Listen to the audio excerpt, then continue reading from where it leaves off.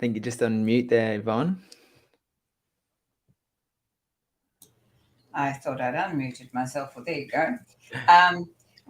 So I just want to say hi, and we haven't seen each other for a while. How have you been, and what have you been up to? Thanks, Yvonne. Yeah, good to see you too. It's been really good. I've spent the last week kind of recuperating and recovering, but on the weekend, the holistic conscious life events was just really inspiring, and it gave me a really real deep sense of hope, actually, particularly in this Sunshine Coast community. A lot of people who are at that same level of awareness of the current state of affairs in the world, and also more than that, taking action every day to support humanity and be of service and share their gifts and their talents and their wisdom through workshops and meditations and a lot of healing arts at the festival. So it was a really beautiful weekend spent, and feeling invigorated with a new sense of life again. So going really good. Thanks, Yvonne. How are you? Well, I'm pretty good. Look, when you say that, I'm so excited because what you just said about action, people are taking action. They're not just talking about it and then it's no longer woohoo. And, there's actually people are realizing that things need to change, and they are changing things, and they're changing things within themselves. They're changing things as a result that they feel empowered to change things outside. And that's one of the reasons I wanted to have this discussion about reprogramming the mind, because the thing about the mind that I've learned is that it's not our own until we make it our own. Because when we're born, we come with a clean slate. There's nothing in our subconscious. It's an empty slate that is waiting to be filled. And so from that moment on, the programming begins, and it starts to have all these files in the subconscious. And as we learned, the subconscious then takes over and starts to run our life. But of course, the things that are put into that subconscious come from somebody else, and it depends on who's putting what in there. And so we have this misunderstanding that is who we are. I hear so often, yes, but that's who I am. I've always been that way. Well, no, that's how you were programmed to be by what was put into you. And is that really in alignment with that wonderful individuated signature of what I call your essence? And if it isn't, then it's obviously not yours. It's somebody else's. It's time to reprogram. And I'm finding more and more people are recognizing that, first of all, that they have been programmed, and that this is not their authentic self, and their authentic self is buried somewhere underneath a whole lot of stuff that was put in by somebody else, and by society, by expectations of lineage, of culture, of we can go on forever. We can spend an hour of tell you what actually programs us. So I just wanted to have a chat with you and say, well, so what was the first thing that you felt that worked for you to start? Well, first of all, to recognize that, and then how did you go about tackling that and reprogramming that to be in alignment with your essence and with your authenticity? Because for me, that is just such an important aspect of this whole journey. Yeah, thanks for bringing this to the forefront, Yvonne. I really love this conversation around reprogramming my mind. And I mean, the number one takeaway and starting point for any of this has to be what you said, recognizing, or what I would call awareness, coming into awareness of the realization that we are actually have these minds that have been programmed to reciprocate certain patterns of behaviors and patterns of emotions. And for me, I remember I didn't quite comprehend this whole notion until I really sat and absorbed and soaked up the information that Dr. Bruce Lipton shared around our imprinting period, which is that development of the brain and how the brain waves work and how they function from a vibratory perspective, like the frequencies of our minds, which can be measured, which is really cool in today's day and age with the EEG, that you can measure the state of your brain, whether it's in, alpha, gamma, theta, whatever state our mind is in, which is really important to recognize the different states of our brain activity in the reprogramming process. This is what I found out and learned later down the line, because I didn't quite comprehend all of this and how our anatomy and our bodies and how our our mind and our hearts actually function and how they operate and how they work. And so I was just, as we do, I was operating out of my unconscious patterning, which was what I had learned from when I was growing up as a young boy. And so Dr. Bruce Lipton, in his work, he really highlights that there's two parts of the brain. And I'm just going to give this little bit of a background, and then I'll share kind of my processes and what I use to be able to reprogram that others might find useful as well. But ultimately, there's two areas to the brain. One is the conscious mind, and the other one is the unconscious. And the way that I like to relate that is that when we are learning to drive, as a simple example, we have to be very conscious of the steering and the brakes and changing the gears and driving the car, because it's our first time learning this, and it's a new pattern that we're embedding into our nervous system and into our bodies to be able to drive with competence. And then eventually, like, I know so many times when I would get up and drive to work, and then I would get to work and I would think, oh my God, how did I get here? I was almost like I was on autopilot. Like, it was a pattern that was repeating out, that I got to work and I was like, wow, I don't even recall, how I drove here. It just happened automatically, which is unconscious. A brilliant analogy. Yeah, thank you. And for me, realizing that some of those unconscious patternings from my childhood were not necessarily serving, the holistic being that I am. And an example of that was the emotional suppression, which was a program that I had adopted from an early age, that I would suppress a lot of my emotions. And so to become aware that that was a pattern for me, I then had the choice to continue to repeat that pattern, or I can now look at how can I reprogram my behavior and my processes to be able to navigate my emotions with more intelligence and more awareness, and be able to express them openly and freely. And so that has been, as an example, a process that has been relevant for me, and I've had to reprogram my mind, because that's, you might ask, well, how's the mind and emotions relevant? Well, the story that I would play out in my mind about how I can share my emotions was that I mustn't share my emotions. I must keep them to myself. Otherwise, I have a fear that I'll be rejected. So this is the unconscious pattern or belief that's playing out in my mind, that I had to look at and rewrite and embed practical action steps to be able to let go of that old belief and that old story that was playing out over and over and over and over again, that was suppressing my emotions and shutting them down.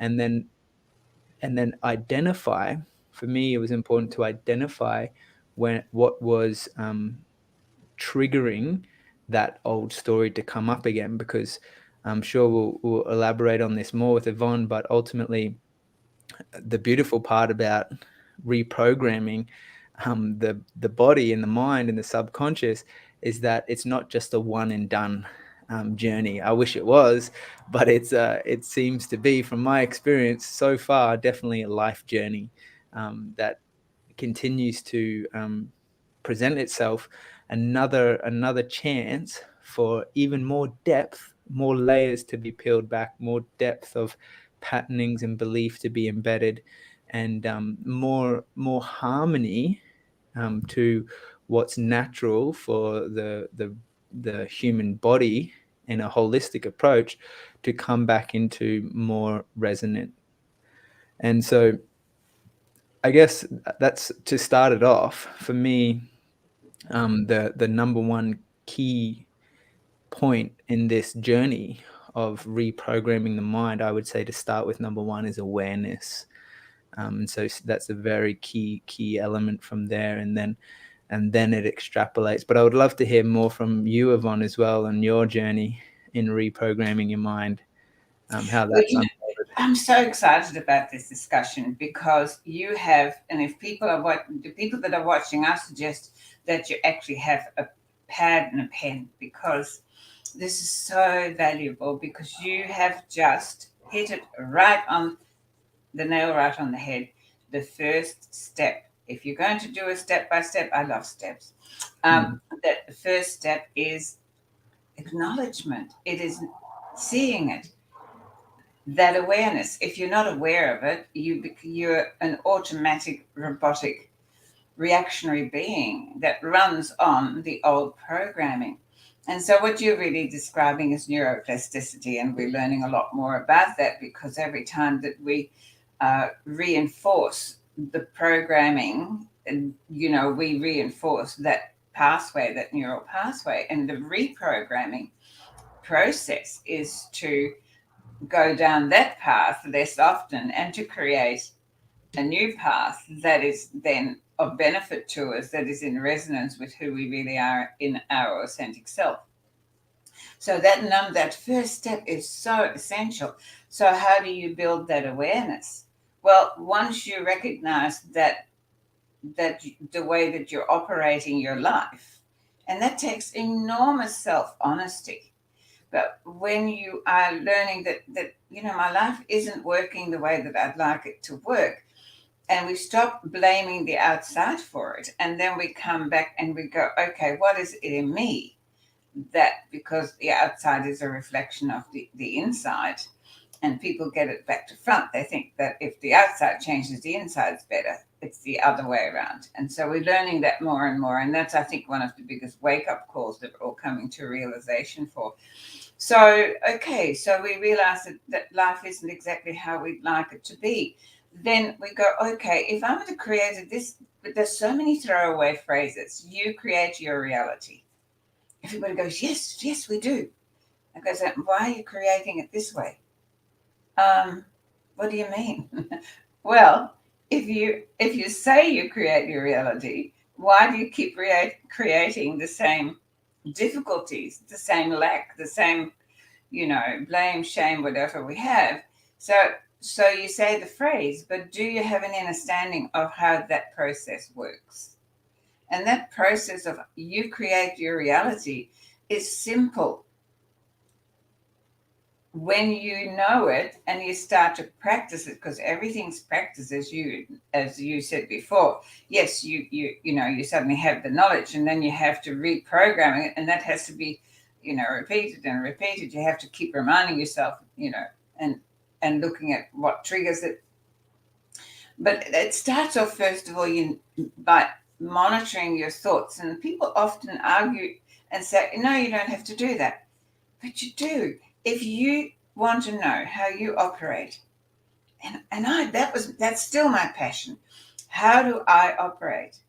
I'm living in this miraculous, self-generating, regenerating organism that I call me, and I had no instructions, and I've got no clue. I know that when I run into a wall, it hurts. But why did I run into the wall in the first place?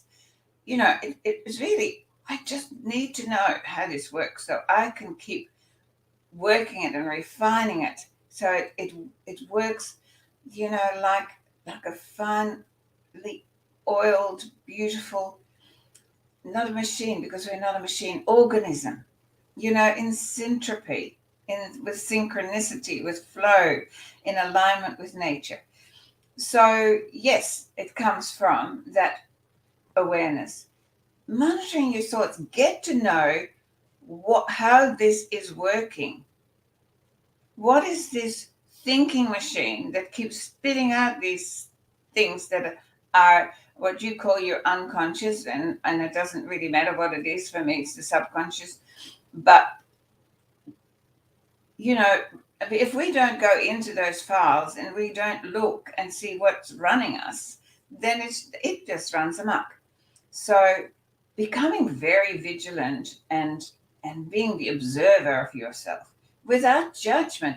The problem is we're constantly comparing and judging against someone else. This is about self-knowledge. First know thyself. And then that awareness of, gosh, I think that. Wow, where did, is that thought beneficial for me? Does that thought make me feel good? We talk about having a chatterbox in our heads, but I was thinking the other day, but if you hear a voice, which we actually don't, it's a cognitive awareness, which we call a voice, but if you hear a voice speak to you and it isn't saying anything that is aligned with who you know inside you choose to be. In other words, if we're all beings of kindness, that is our nature as humans.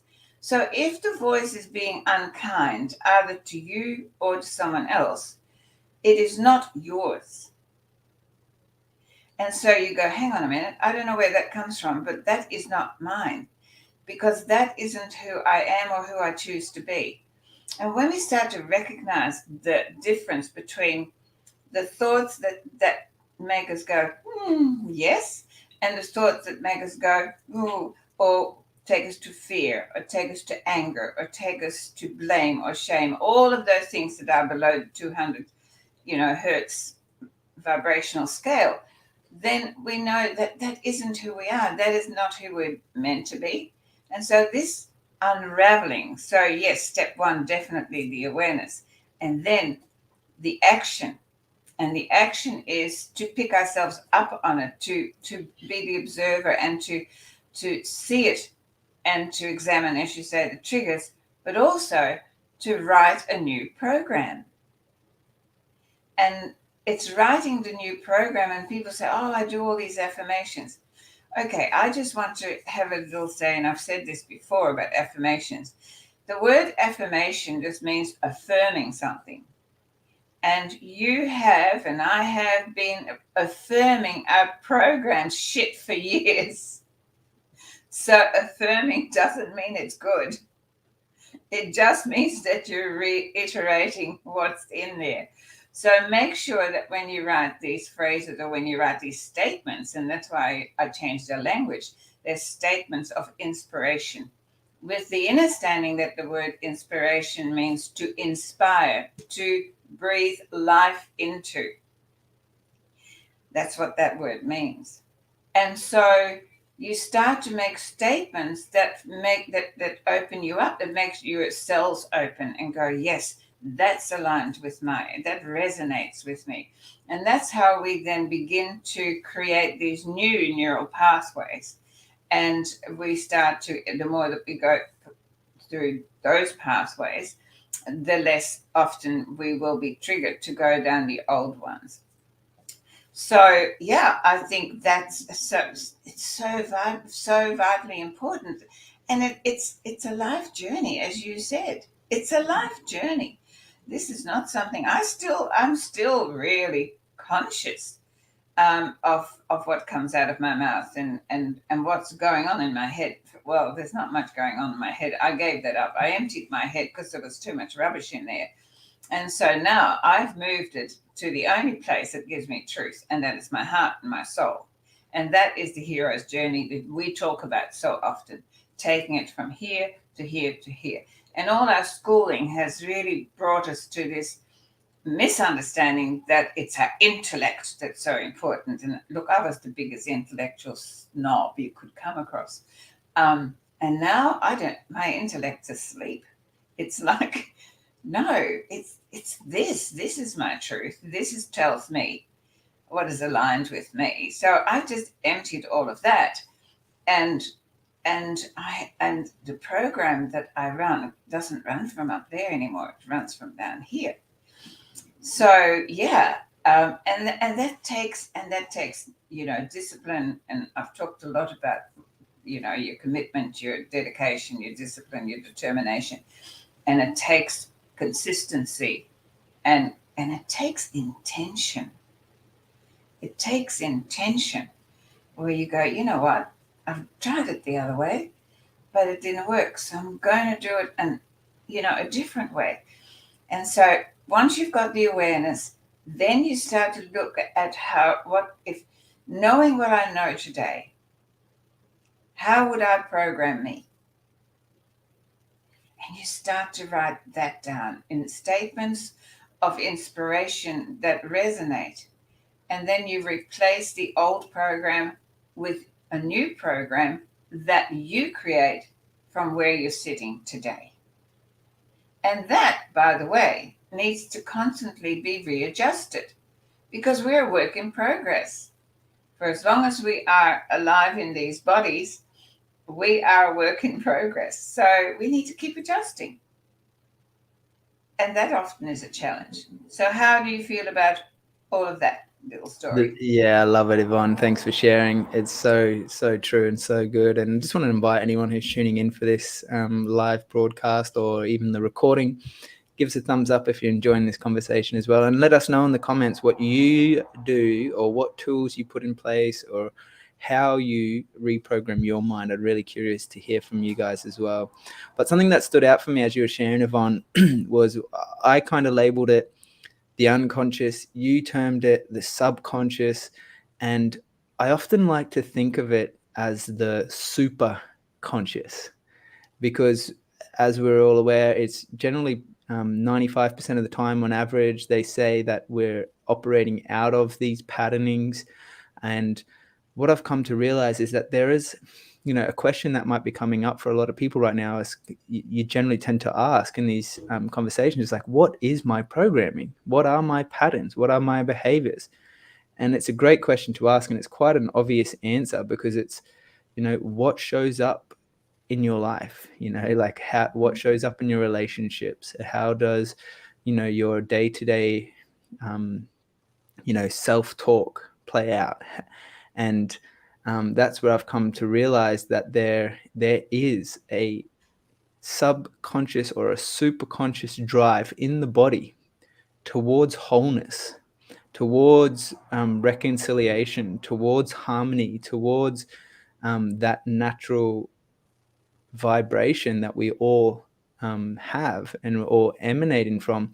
But it's often our own self that prevents it from getting there. And it's like that there's this drive that of our subconscious patterning that plays out that is presenting us opportunities for us to heal and for us to love and for us to come back into a compassionate place to resolve all of the unresolved emotional trauma that may potentially be there, that is offering an opportunity for us to go deeper into what Yvonne said, into her heart, into our hearts, into our unconditional love for ourselves and our immediate loved ones, like our mother and father. Generally, this is where we adopt a lot of our unconscious, superconscious behaviors from a childhood, is from the primary he and the primary she in our upbringing, which is often our mother and fathers, who, if we can end up accumulating all of this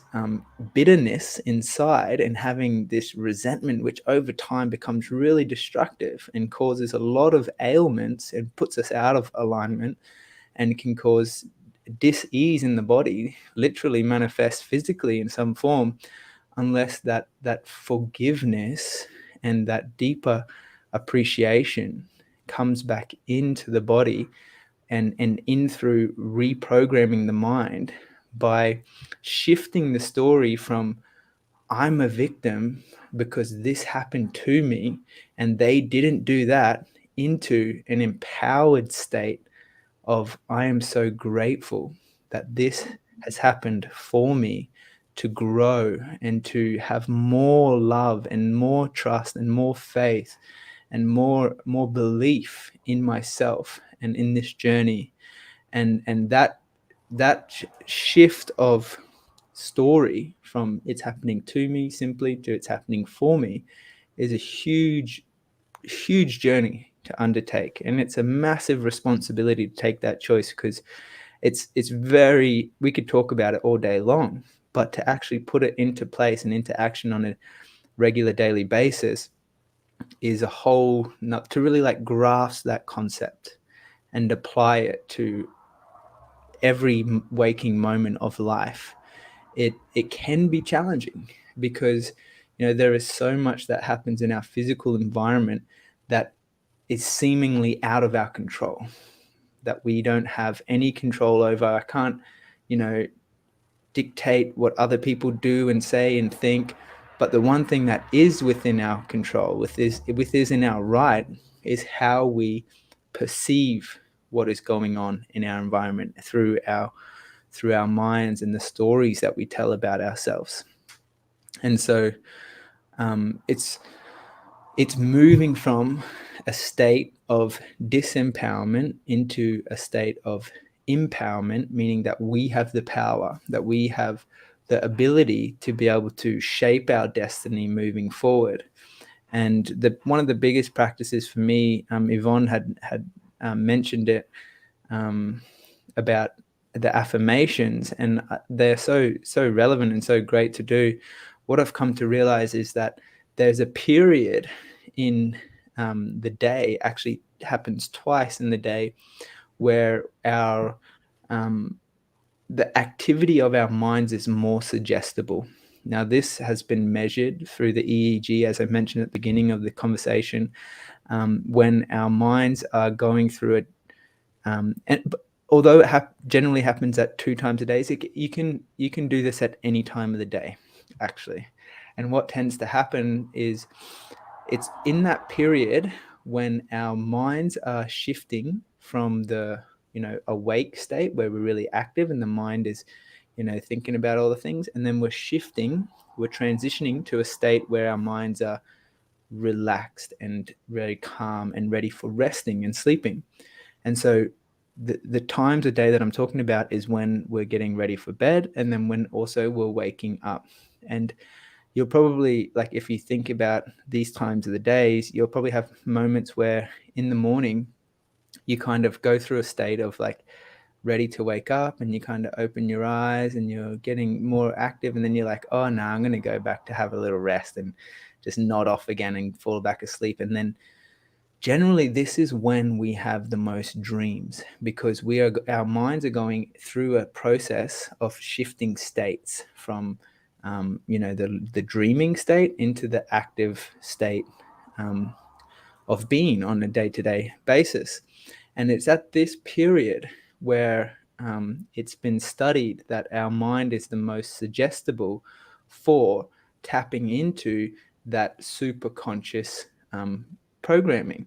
And so that's when generally that's why in yoga, for example, it's called the sattvic time in yoga, is in that early morning period. And this is also when you're in a natural rhythm, in the natural circadian rhythm, it actually synchronizes with the timing of when the sun rises and also when the sun sets over the horizon, because there's a period of time in that day when ultimately it's going through a transition. So we're changing from day to night or night to day. And in that period, our minds, if we're in the natural flow, also go through a shift in its state of its vibration, meaning that it's very active. It would be moving very fast, as opposed to very slow, which is the gamma state. And why is this the most suggestible time for these affirmations? It's generally because it has to do with, as our brain is developing as a child, our brains take generally they say around 10 years, but it goes on for life. Actually, it goes on for a number of years for the brain to develop fully. But in the first 10 years of development in the brain in a child, they start off, if you look at a child, they're very they want to sleep most of the day. Their brains aren't fully active and in the alpha state. They're very generally calm and in their imagination and their creativity early, and they often have to have naps, and they're resting a lot, and so their brain is not fully active yet until they develop and grow older. So what happens when we calming the mind, we are also going back to that same state as we were when we were a child, when we were suggestible to certain ways of being as a child in our more subconscious or unconscious or superconscious mind, so that then in that period, we can also, to reprogram our mind as adults, if we look at our lives and we say, wow, this is like, I want to change my patterning, then at these periods of times of days when our mind is coming to a resting state and we're about to nod off before bed and we're falling asleep, or vice versa in the morning. That's why the yogis get up and they meditate straight away, first sunlight, even before sunlight, they're up and meditating, because we can then at that moment tap into our unconscious with more precision, and have more suggestion over what kind of thoughts and life and affirmations we want to create in our lives moving forward. So that's something that I've done, is when I'm going to bed, I would listen to, I would certainly turn the news off, that's for sure, turn off Telegram before going to bed. And although it can be addictive to get into that, those instant dopamine hits, my suggestion would be to put on some nice tracks that even what I've done before has worked really well, is recording my own voice and then re-listening to the voice of the belief system that I want to embed into my mind as I go to sleep, to help reprogram and to wake up for a beautiful day the next day. So that's something that I've found has worked really, really well for me. And I think it could be beautiful little approach. And just as I'm saying that, I'm noticing Karina, who's tuning in, sending her love to us both. So it's beautiful.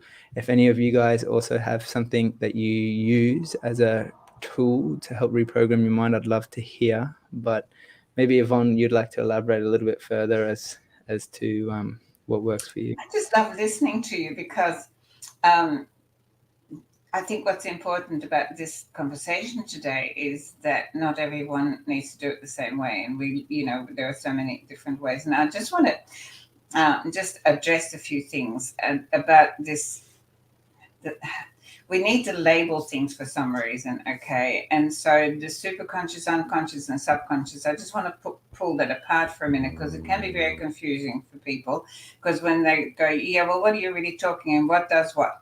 So from my understanding and the way that it works for me, is that the subconscious is purely the filing cabinet of all the programming that has put into you for you to be human. So we're not naturally human. We're energy beings. So when we land into this flesh and blood, then we have to learn to be human. If you look at children, they need to learn how to be human.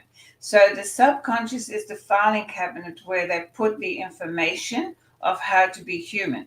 Now, of course, that depends on who's telling you how to be human. So if you've got an ex-murderer teaching you how to be human, you know what that will end up with, okay? So for me, that is a separate part which is important. And the unconscious and superconscious is the part of you that is the innate. It's the natural you. So you said in the beginning that, that is constantly wanting you to be aligned with your natural self. It's constantly asking you to be more of you. And so that's why there is a difference. But let's throw away the labels, because they are confusing. So one area of your brain is where all your programming lives, and another area is, and the the unconscious and superconscious are not there. They are here. They're down here. It's quite different.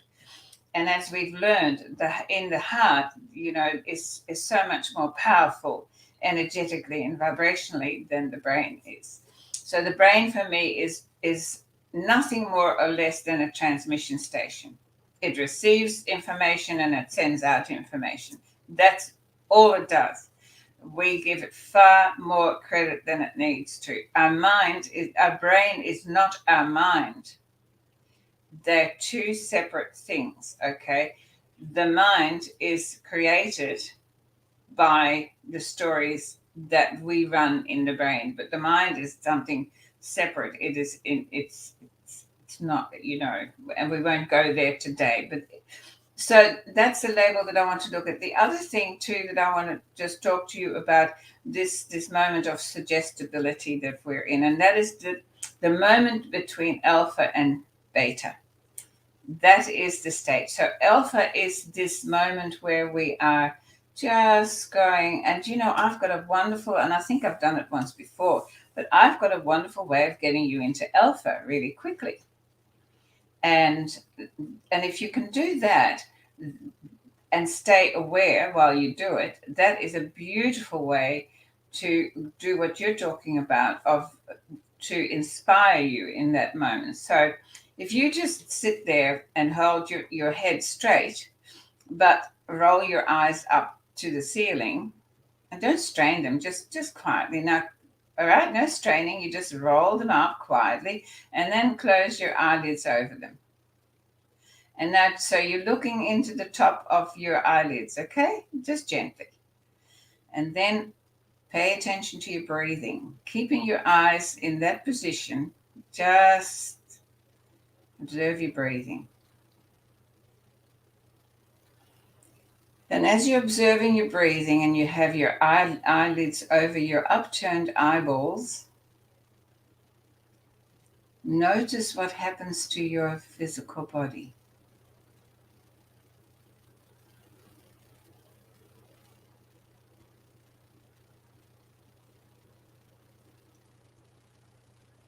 And when I watch you, there is a moment where all of a sudden it clicks in and it's like, oh, can you feel that? That total letting go. And that is the body going into alpha state naturally, just like that.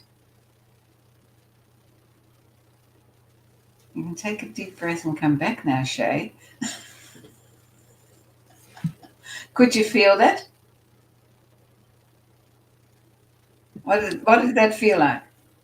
Yeah, definitely. I felt I was really, before becoming aware of my breath, I was really really trying, and then it was like, and my eyes were even flittering, and then as I Yep. took a deep breath and you guided me just to relax into it, it was like I was able to drop in and be at a calmer state. So and when you do that often, what really, I know for me what happens is it's like everything just rolls off my back. It's like, oh.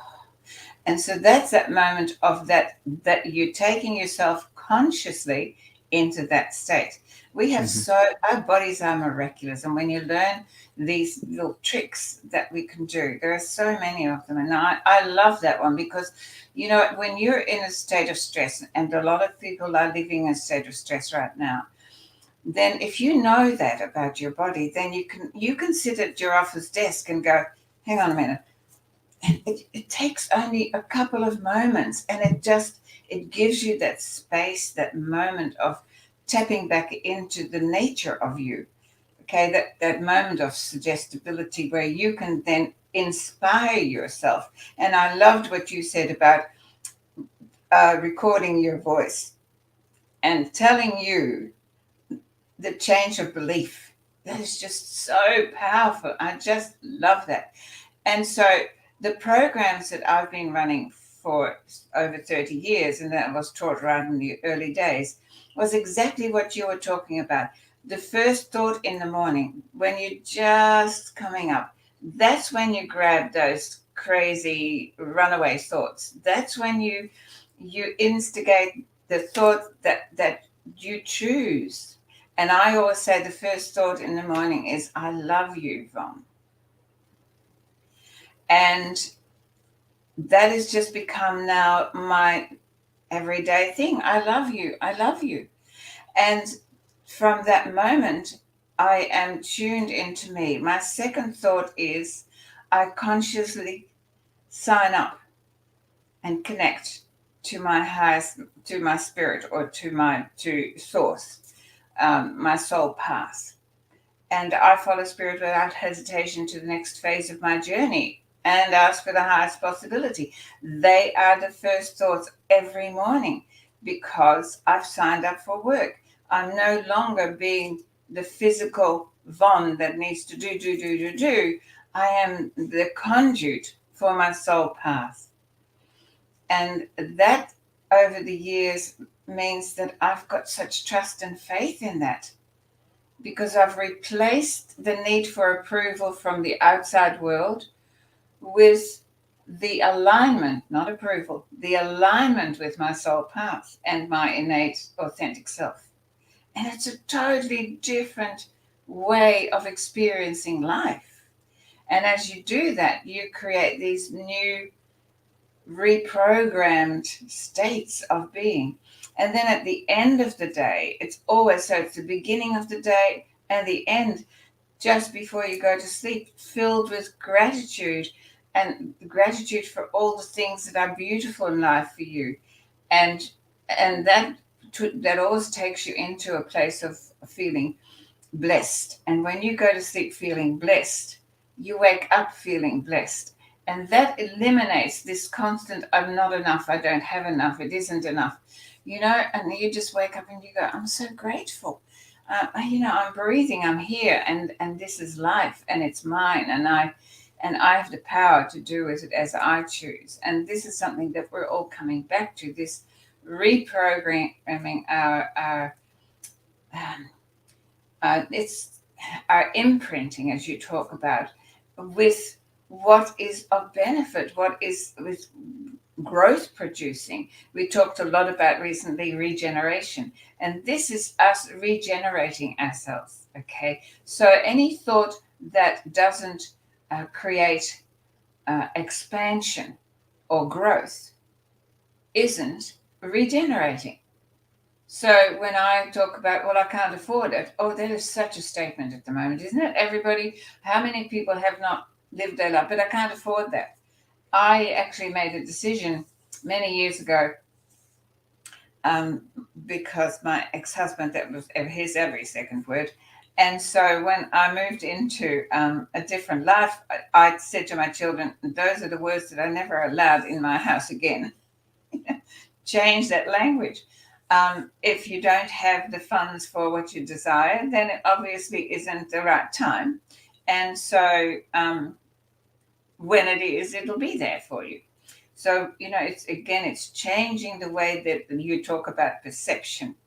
So I think perhaps when we're looking at this reprogramming the mind, that is the second key, perception. Because I can look at you, and I can look at you if I in my old programming, and I think, oh yes, that's an attractive young man, and he's is so old and whatever, and I can have a whole story about what you may or may not be, and I'm usually pretty, unless I know you really well, I'm completely wrong, right? So or I can have a different, and then I will have the experience of you according to the story of my perception of you. Now, if that isn't aligned with an expansive, loving relationship, then how do I create that? I can look at you and go, wow, I wonder why you're in my life. I wonder what you have to share with me and what I have to share with you. And I wonder how we can both grow from that. Would I have a different experience of you? Would I? So, this is really, one sort of, for me, it is this perception. People are programmed into seeing life a certain way according to whoever is doing the programming. But if that doesn't give you a warm and fuzzy, then why are you perceiving it that way? Right? I I have absolutely no idea whether people, what whether they're big or little. I used to, but or whether they're pink or yellow or green or whatever. I see an opportunity of yet. Why are you here? What has brought us together? And so I'm constantly in awe. So when you're looking at how are you, how's your life experience right now? Well, if it isn't what you want it to be, how are you looking at it? And the power is in, well, how about you look at it differently? So if you look at something and you go, gosh, that is ugly, are you enjoying it? No.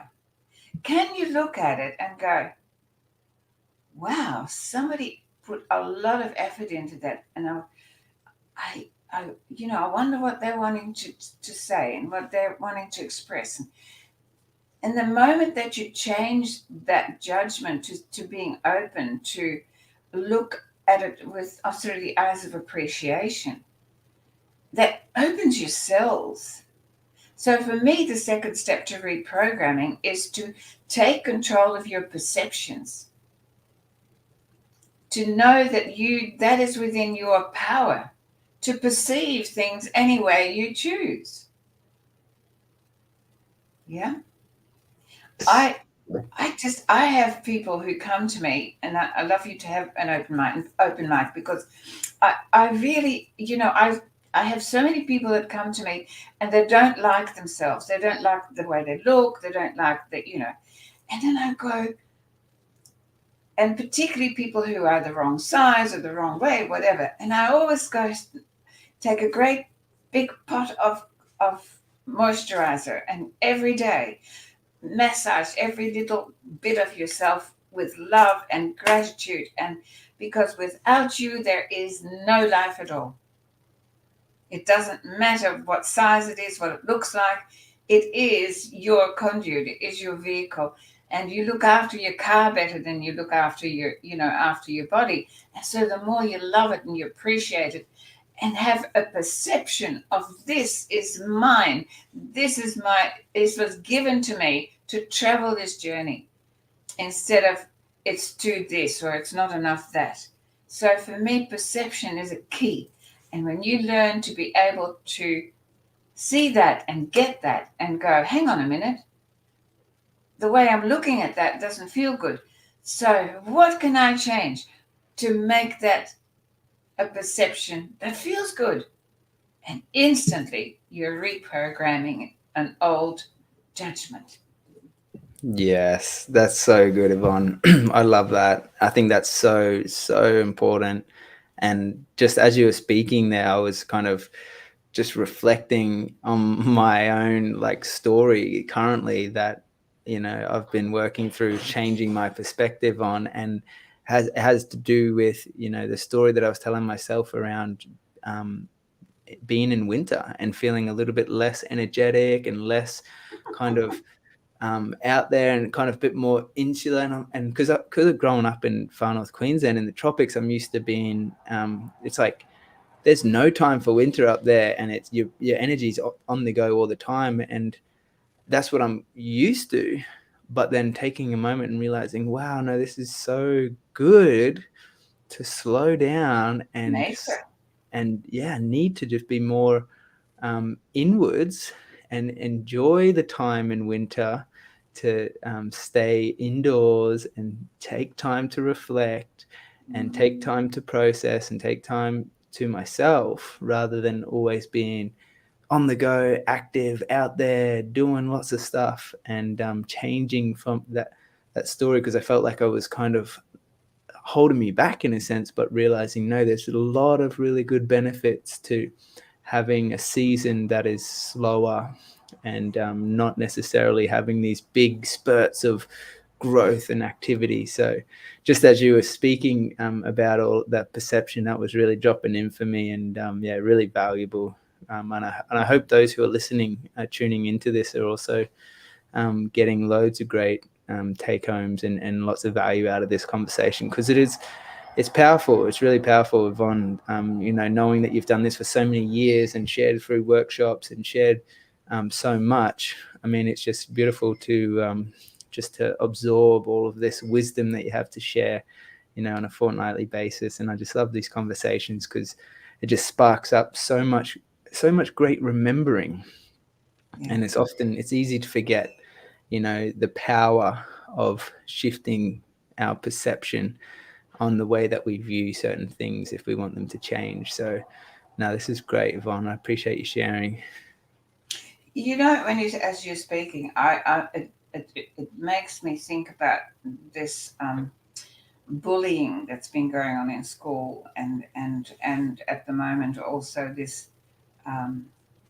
There's so much going on in schools that we could, that is quite unhealthy, and it's against nature. So, but if what this bullying thing, it's all about because the bullier is always lacking in self-esteem. Otherwise, they don't need to do it. But it's so easy to stop because you just hold up a mirror and you go, so what are you seeing in that person that makes you want to, force whatever, do whatever? And how can you change that? How can you change looking at that person differently that's going to make you feel better? And therefore the other feel better, and also it's and then turn that back to, so what is your perception of self? And when we come back to the self-love, and time again over all these years I've done work, one of the underlying damage and trauma that is caused is a lack of self-love. And so when we look within ourselves and we change the perception of self, and take it away from having to be like something that someone else has held up. You've got to, you need to be this color, or you need to be that size, or you need to be that intellectual, or you need to be, passing that exam or having that certificate. And it's always someone wanting you to be more than, and that perhaps you even need to be or want to be. And nobody ever really saying, you are beautiful as you are. Right now, you're beautiful as you are. So when we can change that perception of ourselves in whatever is possible, and it always comes to me with the gratitude and the awareness that without me, there is no life. This is all there is. And this is all you can have right now. And right now is probably not the best of me. I've had an eye infection now for a couple of weeks, and so I'm probably looking almost as old as I am, and it's okay, because this is what you get, right? And I love me. I don't love myself any less because my eyes are swollen. I'm still me. I'm still the same being, and I won't allow any external forces to change my perception of me and my relationship to this beautiful gift of life on this planet, and the mission that I'm on, which is not an easy one. We're all here together to take humanity out of this controlled matrix um, of greed, of power, and diminishing and taking and distracting us from knowing our truth about who we are, how powerful we are. And so all these discussions that you and I are having, and all the things that I've been doing for over 30 years, and all the work you're doing, and all the beautiful people that are coming forward and signing up and activating to take us out of this into a lighter, higher vibrational frequency. We are all coming to this realization that there is so much more, and that we've been lied to, and that we can't. I have to share with you, I actually shared it at the Brave New Life chat. There seems to be some story going around here in Melbourne, Victoria, that our I don't know. I'm not mentioning names, but the person that thinks that he has control over us they have passed a bill that we are no longer allowed to grow our own vegetables. And I mean, to me, that is the joke of the world, because how are you going to stop that? And what is lovely about that is people are going, you gotta be joking. And and for me, it's going, what a perfect time to start a food forest. Because what we are learning is that we're coming back and we're changing our perception and our awareness. And what is so important about reprogramming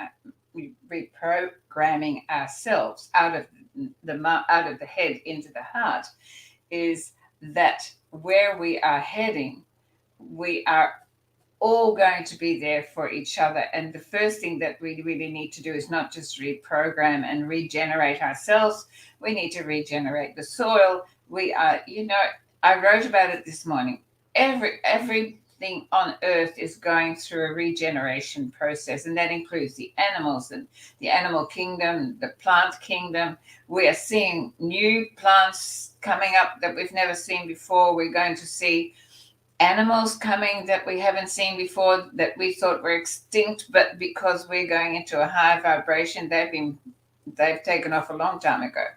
And I'm noticing it in my own animals that they're needing more nurturing. They're needing more calm. They're needing to readjust their vibrational frequency, just as we need to readjust ours on this process. And so this reprogramming is also about reprogramming the way that we've been treating the earth and our food, reprogramming the way that we have been treating each other.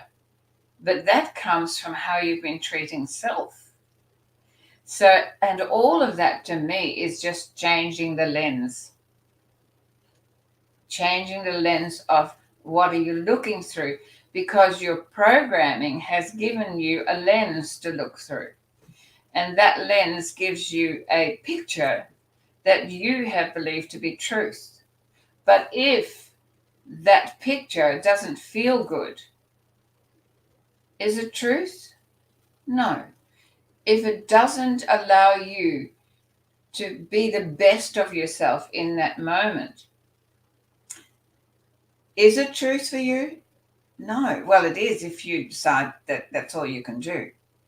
But what we're learning and what we're being opened up to is there's so much more within us. And we're learning that the more we're pushed against a wall, the more we're going within to find more of us.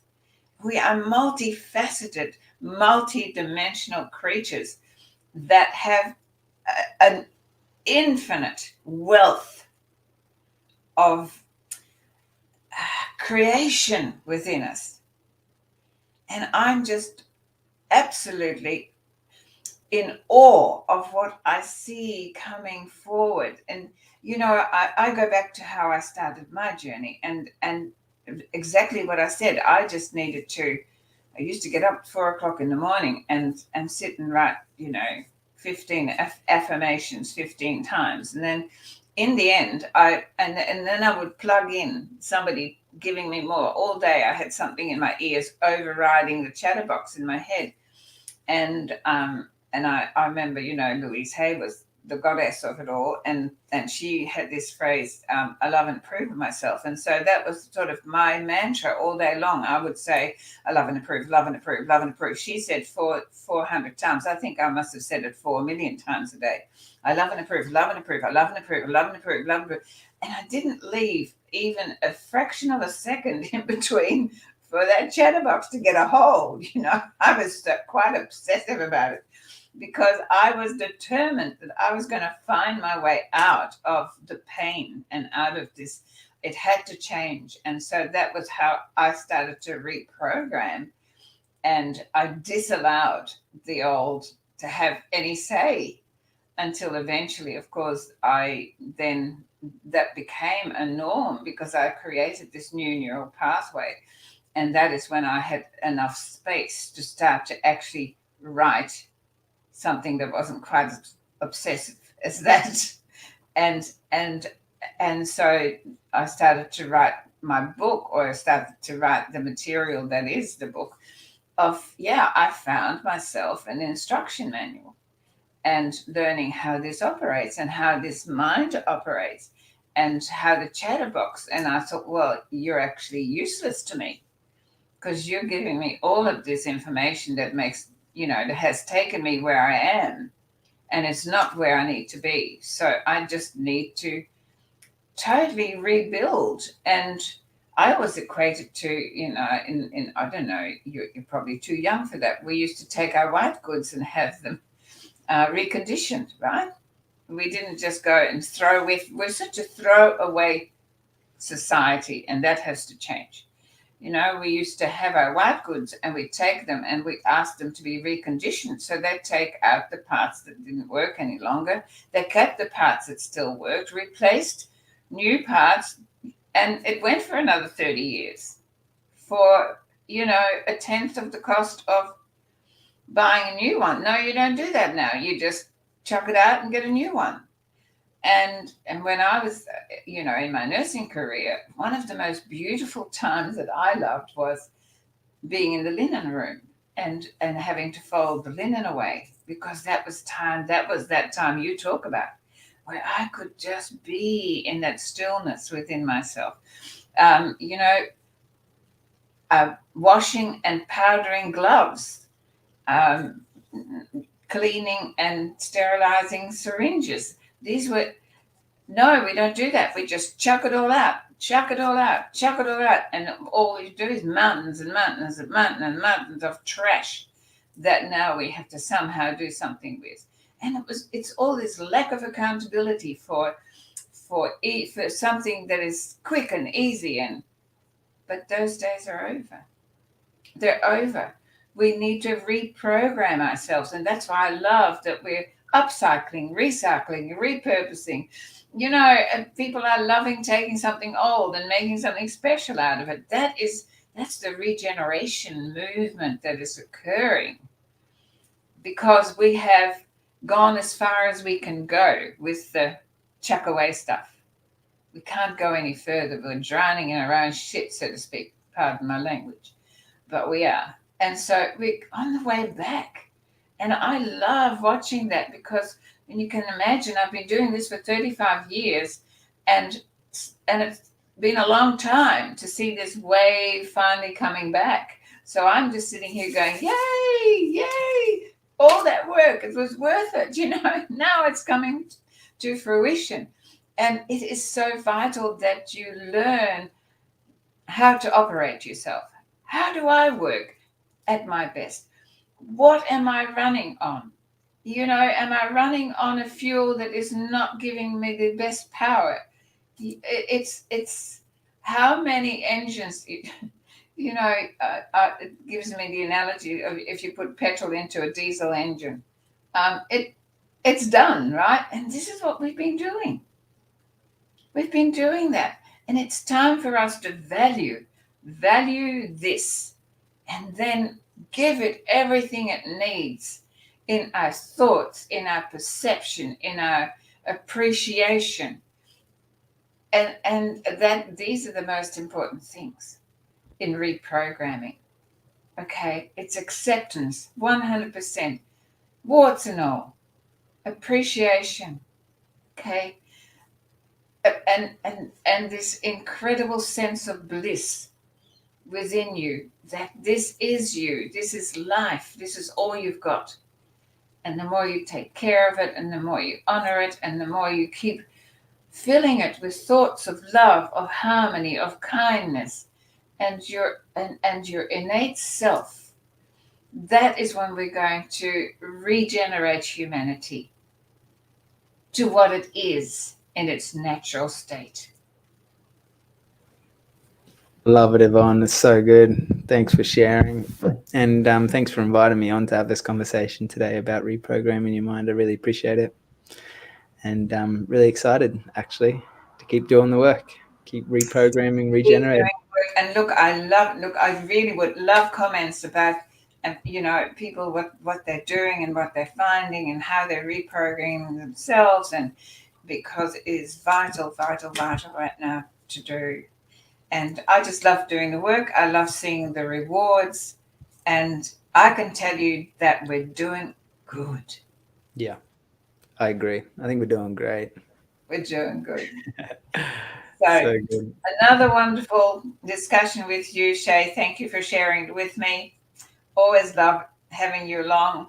And let's keep doing what we're doing and Sounds being who good. we are. Beautiful. See you next time. Love you. Thank you so much.